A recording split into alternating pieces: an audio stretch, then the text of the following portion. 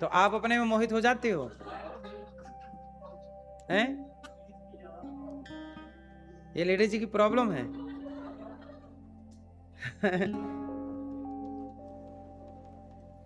अच्छा, कई बार आप अपने नॉलेज में मोहित हो जाते हो। वाह, मैं इतना जानता हूं, वाह मेरे पास इतना ज्ञान है। ये क्या हो जाना है? अपने रूप पर स्वयं मोहित, अपने पे ही मोहित हो गए। ऐसा होता है कि नहीं? कई बार अपने नॉलेज पे आप मोहित हो जाते हो। वाह, मेरे पास इतना ज्ञान, वाह मैं इतना बोल पाया, मैं इतना कर पाया, मैं इतना समझा पाया, समझ पाया। जैसे आप अपनी बुद्धि पर मोहित हो जाते हैं, नहीं हो जाते? मैं भी अपनी बुद्धि पर मोहित हो जाता हूं, आप अपने स्वरूप में मोहित हो जाते हैं। ऐसे ब्रह्मा जी अपनी बुद्धि पर मोहित हो गए। उस बुद्धि का नाम सरस्वती है। ना कि सरस्वती का अर्थ के वो अपनी बेटी पर मोहित हो गए कि बेटी से ब्याह कर लिया, ऐसा नहीं। जैसे कई बार आप अपने स्वरूप पर मोहित हो जाते हैं, कई लोग अपने ज्ञान पर, अपनी बुद्धि पर, अपने विवेक पर, अपने कॉन्फिडेंस पर मोहित हो जाते हैं।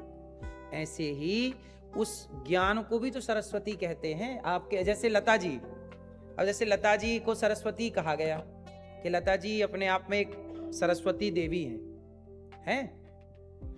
अब लता जी ने कोई बहुत सुंदर गीत गाया, और जब लता जी ने अपने गीत स्वयं सुने तो उन्हें, अरे कितना अच्छा मैं गा रही हूं, मतलब वो अपने ही गीत पर, अपने ही आवाज पर मोहित हो गई। ऐसा हुआ? कई बार होता है ना, मैं इतना अच्छा। ऐसे ही अपनी वाणी में जैसे लता जी मोहित हो गई, और जो उनकी वाणी है उस वाणी का नाम है सरस्वती। नहीं, लोग कहते कि इनके कंठ में तो सरस्वती जी बैठी हैं।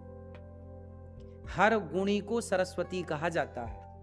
आपके पास जिस तरह की भी विद्या होगी, टैलेंट होगा, उस टैलेंट को, उस विद्या को क्या बोला जाएगा?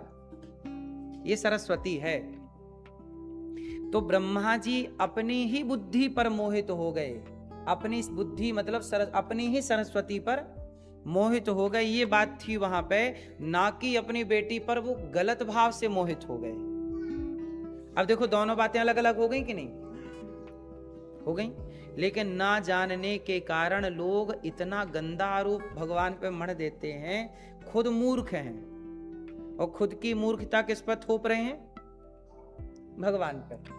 और फिर सनातन को बदनाम करेंगे कि सनातन में तो ऐसा लिखा है, सनातन तो ऐसा है, सनातन तो वैसा है, जबकि समझ कुछ नहीं है। तो ये है कंफ्यूजन। समझ में आ रही है? तो 12 भगवान ने हिरण्याक्ष को मारा और पृथ्वी को मुक्त किया। पृथ्वी को मुक्त किया का मीन समझ गए? पृथ्वी का वह अंश, ठीक है? तो पृथ्वी देवी को मुक्त किया, और 12 भगवान ने हिरण्याक्ष को मार करके गिराया। भगवान का एक अवतार हुआ है नरसिंह। तो नरसिंह अवतार किसके लिए हुआ? प्रहलाद जी की रक्षा के लिए, हिरण्यकश्यपु के उद्धार के लिए। भगवान का एक अवतार हुआ है, भगवान का एक अवतार हुआ है मोहिनी। कौन सा अवतार? एक बार सारी मैयाओं ने, स्त्रियों ने कहा कि प्रभु आप तो बड़े पक्षपाती हैं, हर बार पुरुष बन के आ जाते हैं, कभी स्त्री बनो तो जानो कि स्त्री का दर्द क्या है, स्त्री की पीड़ा क्या है। तब भगवान ने एक बार स्त्रियों के लिए स्त्री का अवतार धारण कर लिया, और भगवान क्या बन गए? मोहिनी। पुरुष का नाम है मोहन, क्या नाम है? और स्त्री का नाम मोहन, मोहिनी।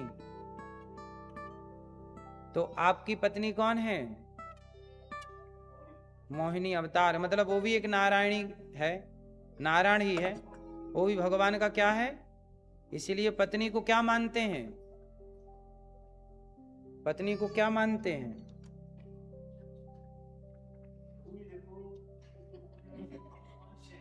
हैं? पत्नी क्या? आप अपना बताने लगते हो, पत्नी का तो बताओ।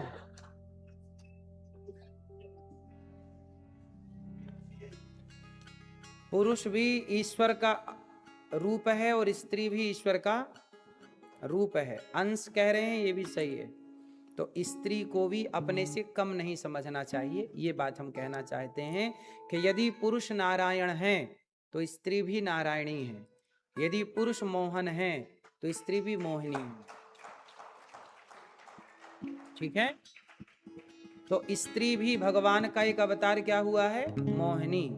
तो आपकी पत्नी उस ईश्वर के उस अवतार की दृष्टि से देखना चाहिए कि आपके लिए ही भगवान ने आपकी इस पत्नी का अवतार लेकर आपके सम्मुख हैं, इस भाव से। तो गृहस्थ में रहकर भी भगवान को कण कण में देखना चाहिए। तो भगवान का एक अवतार हुआ है स्त्री। अच्छा, एक अवतार भगवान का हुआ है राम और एक अवतार हुआ है कृष्ण। टोटल इस तरह से कितने अवतार हैं, 24 अवतार हैं। एक बार क्या हुआ, वेद व्यास जी ने 17 पुराण लिखे। नारद जी ने कहा मैं दासी पुत्र था, भगवत कृपा से ब्रह्मा पुत्र बना। वेद व्यास जी ने 17 पुराण लिखे पर शांति नहीं मिली। तब वेद व्यास जी ने नारद जी से कहा कि बताइए शांति कैसे मिलेगी। तब कहा भागवत जी की रचना कीजिए, तब आपको शांति मिलेगी। और नारद जी ने जब भागवत जी की रचना की तो अपार शांति का अनुभव हो गया। अच्छा, यहां पर एक बात समझने की है कि वेद व्यास जी ने महाभारत से अपने भागवत जी की शुरुआत की। कहां से शुरुआत की, महाभारत। अब आप लोगों से सवाल शुरू होंगे, अब महाभारत किसकी गलती से हुआ, महाभारत क्यों हुआ, किसकी गलती थी, उत्तर दो।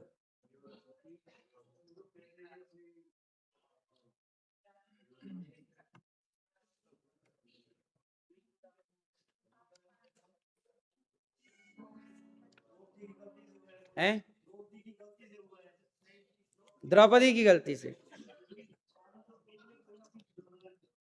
तो द्रौपदी की गलती कैसे हो गई,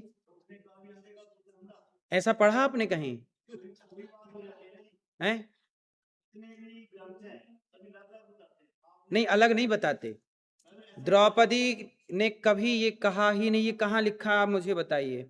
द्रौपदी ने कभी नहीं कहा कि अंधों के बेटा, ये बात कहीं लिखी ही नहीं, ये सीरियल में बताया गया है, ना कि लिखित में ये बात है। तो आप उनसे बात करिए।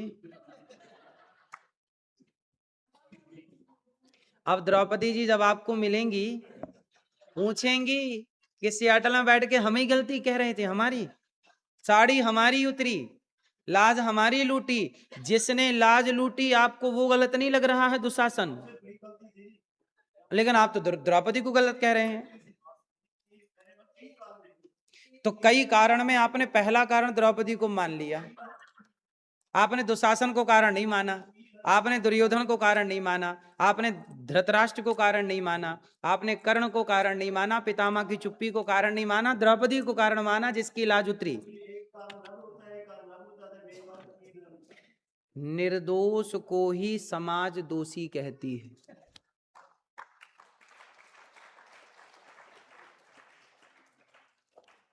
निर्दोष को क्या कहा जाता है, सीता जी निर्दोष थीं पर समाज ने दोषी करार दिया। ऐसे ही उस समाज का ही एक हिस्सा आप हैं।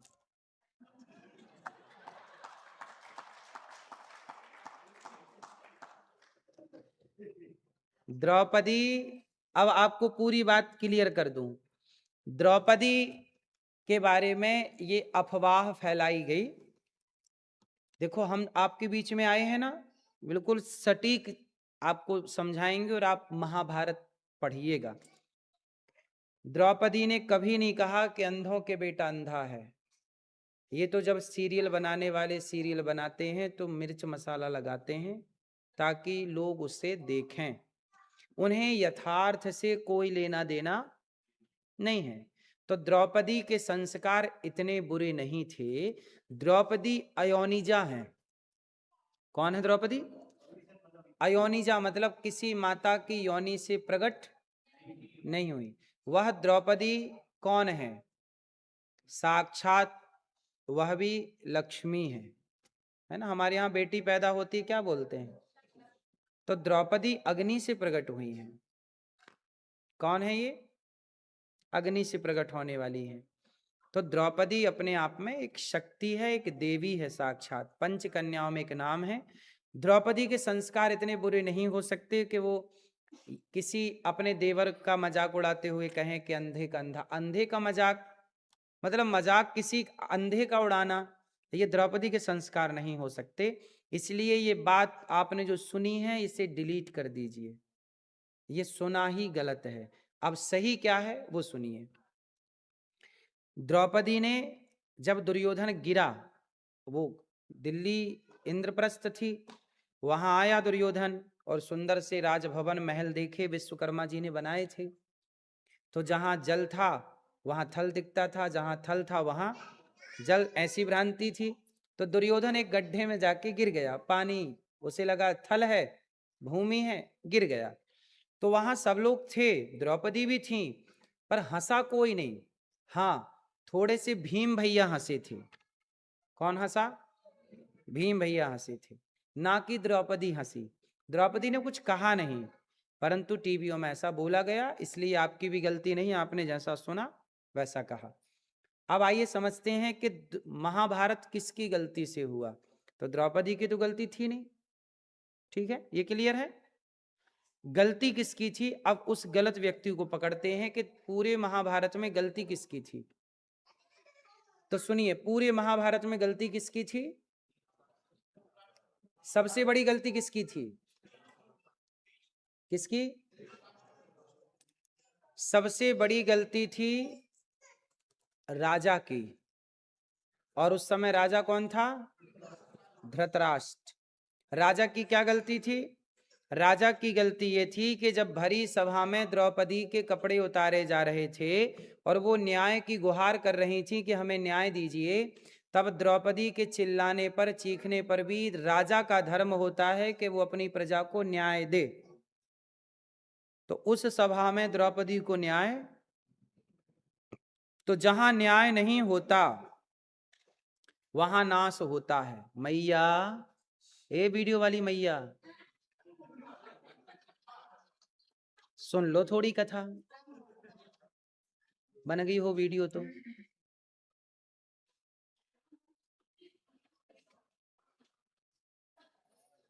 कभी अगले संडे आना तो 1 घंटे वीडियो बनाना। सुनो, तो द्रौपदी सबसे बड़ा, द्रौपदी सबको बुला रही, बचाओ बचाओ बचाओ, कोई आया?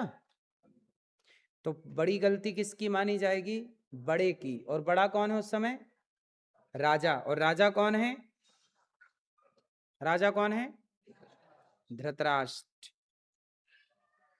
तो धृतराष्ट्र की गलती ज्यादा है, पूरे महाभारत में धृतराष्ट्र की गलती है। क्यों?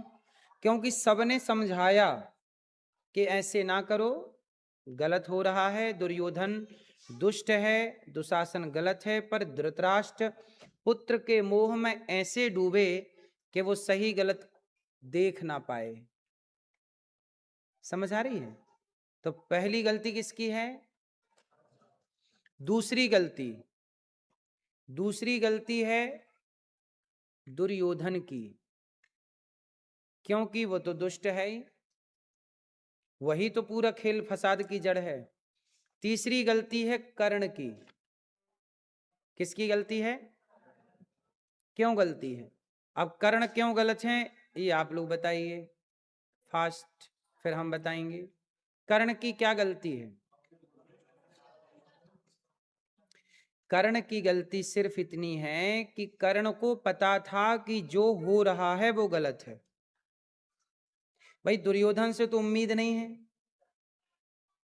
कि वो इतना जान पाए कि ये सही है और ये गलत है, पर कर्ण से उम्मीद है। कर्ण को ये पता था कि ये गलत हो रहा है, पर जान कर भी कर्ण उस गलत को रोकने की बजाय आज्ञा दे रहे हैं कि कपड़े उतार दो। कर्ण कौन है? मित्र हैं। किसके? दुर्योधन के। और मित्र का धर्म होता है कि जब मेरा मित्र गलत रास्ते पर जाएगा तो मेरा धर्म है कि मैं अपने मित्र को उस गलत रास्ते से रोकूं, ना कि उसके गलत में उसका साथ दूं। कैसा मित्र होना चाहिए? गलत में साथ देने वाला या गलत से रोकने वाला? कैसा मित्र होना चाहिए? अब रोकने वाले यदि कर्ण होते और रोक देते कि मित्र ये गलत है, और रुक जाता दुर्योधन, तो महाभारत टल जाता कि नहीं? बोलिए। इसका मतलब ये हुआ कि आप जब नहीं रोकते गलत को, तब महाभारत जैसी चीजें घटती हैं समाज में। इसलिए कर्ण की भी गलती है सबसे। और कौन गलत है? जैसा कि आपने कहा कि भीष्म पितामह की गलती है। अच्छा, पितामह की क्या गलती थी? पितामह क्या थे? चुप थे। चुप रहना भी गलत है। इसलिए कहता हूं, जहां बोलने की जरूरत है वहां जरूर बोलना चाहिए, और जहां चुप रहने की जरूरत है वहां जरूर चुप रहना चाहिए। लेकिन आजकल लोग जहां चुप रहना होता है वहां तो बोलते हैं, और जहां बोलना होता है वहां चुप रहते हैं। इसलिए पितामह की गलती से भी महाभारत हुआ। वो एक थप्पड़ मारते दुशासन को, खेल खत्म हो जाता, पर नहीं किया। इसलिए सही वक्त पर सही निर्णय लेना सीखिए। ठीक है? तो पितामह की चुप्पी भी कारण है। अच्छा, एक सबसे बड़ा कारण क्या है महाभारत क्यों हुआ? ये तो किसकी गलती से हुआ ये तो नाम है। अब पहला एक मूल प्रश्न है कि महाभारत हुआ ही क्यों? क्यों हुआ? हाँ, जुआ के कारण। पर इससे भी एक बड़ा मुद्दा है, महाभारत क्यों हुआ? धर्म की रक्षा के लिए, ठीक है। क्यों? क्या गलती थी? किस मतलब क्यों हुआ? मूल वजह क्या थी? महाभारत हुआ ही क्यों? क्या वजह थी?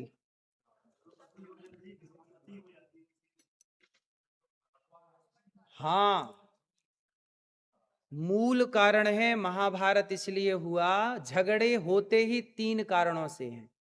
झगड़े का कभी कोई चौथा कारण नहीं होता। झगड़े का कारण पहला क्या है? जड़। जड़ किसे कहते हैं? जड़ता मतलब मूर्खता। मूर्खता को कहते हैं जड़ता। जड़, ये कितना जड़ आदमी है। जड़ मतलब मूर्ख। तो या तो झगड़े का पहला कारण है जड़, दूसरा है जोरू। आस जोरू मतलब समझते हैं? जोरू समझते हैं? जड़, जोरू और जमीन। झगड़े की जड़ तीन, जड़, जोरू और। तो अब महाभारत के युद्ध में महाभारत क्यों हुआ? जमीन के विवाद के कारण। भगवान कृष्ण क्या बोले दुर्योधन से? पांडवों को 5 गांव दे दो। क्या दे दो? यदि ये 5 गांव दे दिए होते तो जुआ हुआ था उसके बाद भी महाभारत नहीं होता। पर क्यों महाभारत हुआ? कि पांडवों को दुशासन दुर्योधन ने क्या नहीं दिए? यदि जमीन दे देते तो महाभारत नहीं होता। मतलब मूल वजह है बंटवारा। क्या वजह है? किसका बंटवारा? जमीनी विवाद। पांडवों ने, अच्छा शर्त क्या थी? एक्चुअली हुआ क्या कि पांडवों का बंटवारा हो गया, इंद्रप्रस्थ मिल गई कौरवों को, और नहीं, हस्तिनापुर मिल गई कौरवों को, और इंद्रप्रस्थ जिसे आज दिल्ली कहते हैं, ये दिल्ली उस जमाने में बंजर भूमि थी, तो ये दे दिया धर्मराज युधिष्ठिर को धृतराष्ट्र ने कि तुम जाओ वहां अपना कमाओ खाओ। तो धृतराष्ट्र ने जब दिया तो इन्होंने अपना पूरा जमीन उपजाऊ कर ली, मेहनत की और जमीन को सार्थक कर लिया। खूब धनवान हो गए पांडव। अब पांडव रहने लगे। फिर पांडवों के धन को देखकर वही दुर्योधन आया ना महलों को देख के, तो उसके आग लग गई कि यार इतना कम समय पे ये इतनी तरक्की कर गए। तो पांडवों की तरक्की से दुर्योधन जल गया। तो जलने के बाद दुर्योधन ने क्या किया कि जुआ रखवाया, द्यूत क्रीड़ा, जुआ रखवाया। और जुआ ने छल से हुआ जुआ। धर्मराज युधिष्ठिर को जुआ खेलना नहीं आता था। लोग जैसे हम लोग कहते हैं ना जुआ खेलना गलत है, तो प्रश्न खड़ा हुआ कि जुआ खेलना गलत है तो धर्मराज युधिष्ठिर ने जुआ क्यों खेला? भाई धर्मराज युधिष्ठिर ने जुआ खेला? आप बताइए, धर्मराज युधिष्ठिर ने जुआ खेला? आंसर दीजिए, हाँ या ना, जोर से। अच्छा एक बात बताइए, सेनापति ने आज्ञा दी सेना को, अटैक, आक्रमण। सेनापति ने सेना को आज्ञा दी आक्रमण, और सेना ने जाके आक्रमण किया और मार डाला। अब वो जितने लोग मारे गए उस मरने वालों का जो पाप है वो सेना को लगेगा कि सेनापति को? इसलिए सेना कभी दोषी नहीं होती। इसलिए सेना कितनों को भी मार डाले वो कभी दोषी इसलिए नहीं होती क्योंकि वो सेनापति के आज्ञा का पालन करती है। अब ये सेनापति को देखना होता है कि वो दोषी हैं या निर्दोष हैं। वो कौन है, दोषी हैं या, इसलिए सेना को पाप नहीं लगता। तो अब जैसे उदाहरण से परशुराम जी को उनके पिता ने, जमदग्नि जी ने आज्ञा दी, जाओ माता का सिर काट के ले आओ। परशुराम जी के पिता ने परशुराम जी को आज्ञा दी कि जाओ, तुम्हारी मां सरोवर में पानी भरने गई है, अभी तक लौटी नहीं, जरा देख के आओ क्या चल रहा है। तो वहां पे देवता मतलब गंधर्व गंधर्वियां दोनों पानी में नहा रहे थे, क्रीड़ा कर रहे थे, जल क्रीड़ा, गंधर्व और गंधर्वी, स्त्री पुरुष। तो जो परशुराम जी की माता थी ना, वो देखने लग गई, वो नहा रहे थे, पति पत्नी रहे होंगे, वो देखने लग गई। तो परशुराम जी को भेजा कि तुम्हारी माँ अभी तक पानी लेने गई हैं, आई नहीं, जरा देखो। तो परशुराम जी गए, देखा, कहा पिताजी माँ तो वहां पे गंधर्व गंधर्वियों का नृत्य देख रही हैं, जल क्रीड़ा देख रही हैं। अच्छा, जाओ तुम अपनी माता का सिर काट के ले आओ। परशुराम जी गए और परशुराम जी ने माँ को ऐसे पकड़ा, तलवार मारी और माँ का सिर काट दिया, और सिर काट के ले आए। और जब सिर काट करके लाए तो पिता ने खुश होकर के कहा, बेटा तुमने पिता की वचनों का पालन किया है, पिता की आज्ञा का पालन किया है, मेरे से कोई वरदान मांगो। तो परशुराम जी ने कहा कि पिताजी ऐसा वरदान दो कि मेरी माँ फिर से जीवित हो जाए, और मैंने माँ की हत्या की है ये बात कभी मेरी माँ को पता ना चलना चाहिए। तो अब परशुराम जी के पिताजी ने, वो तो सामान्य ऋषि थे नहीं ना, उन्होंने मरी हुई माँ को, मतलब मरी हुई पत्नी को, परशुराम जी की माँ, तो उन्होंने उनको जस का तस जीवित कर दिया। और जीवित करने के बाद ये बात उन्हें कभी पता नहीं लगी कि मेरे पुत्र ने कभी मेरी हत्या की थी। अब एक बात बताइए, परशुराम जी ने जब अपनी माँ को मारा तो माँ को मार डालना तो पाप है, पर परशुराम जी ने जब माँ को मारा तो पाप लगा? क्यों नहीं लगा पाप? हाँ, क्योंकि उन्होंने अपनी मर्जी से हत्या नहीं की, अपनी मर्जी से नहीं मारा। धर्म ये देखता है कि आपका मन है या नहीं। पाप कब लगता है? जैसे मैंने गाय को डंडे से मारा, मारने के उद्देश्य के, ये मेरी खेत में है, मारूंगा, मारा, वो गाय मर गई, तो मुझे पाप लगेगा क्योंकि मैंने मारने के भाव से मारा। लेकिन मैंने गाय को एक तरफ खाई थी और गाय किनारे किनारे चल रही थी, और गाय का जरा पांव फिसलता तो खाई में गिर के मर जाती, तो मैंने गाय को हल्का सा डंडा इसलिए मार दिया सामने से कि गाय खिसक के किनारे आ जाए, और जैसी डंडा मारा तो गाय मर गई। अब गाय मर गई, अब बताओ वो पाप लगेगा गौ हत्या का कि नहीं? यहां गौ हत्या का पाप नहीं लगेगा क्योंकि गाय को मारना मेरा भाव नहीं था। जैसे आप गाड़ी चलाते हैं सड़क पे, वो कई बार आपकी गाड़ी के नीचे बिल्ली आ जाती है, कुत्ता आ जाता है, या खरगोश आ जाता है इत्यादि, और वो मर जाता है। अब आप बताइए, क्या उस बिल्ली को मार डालना क्या आपकी मंशा थी, उद्देश्य था? नहीं था। लेकिन आप चला रहे थे, अचानक आ गई और वो मर गई। तो जब आपका मन नहीं था मारने का, उद्देश्य नहीं था मारने का, भाव नहीं था, तो आपको उस हत्या का पाप नहीं लगेगा। तो धर्म, देखो यहां ये बातें धर्म की हैं, ये बातें अमेरिका की नहीं है। धर्म क्या कहता है? धर्म ये देखता है कि आपका मन क्या है, किस मन से आपने काम किया, वो मनोदशा। ऑस्ट्रेलिया का ये कानून है, ऑस्ट्रेलिया में ये संविधान में है कि यदि आपने मार दिया किसी को और आपने उसको मारने का मन नहीं था तो वहां आपको सजा नहीं होती। ये ऑस्ट्रेलिया का कानून है, पर ये हर जगह के कानून में नहीं है। पर ऑस्ट्रेलिया में ये कानून है कि वहां पे यदि आपने किसी को मारा है तो पहले वो पूछेंगे कि आपने क्यों मारा। यदि मारने की ठोस वजह है, आपने जानकर मारा है, कोई उद्देश्य है मारने का, तब तो आप पे मर्डर का केस चलेगा।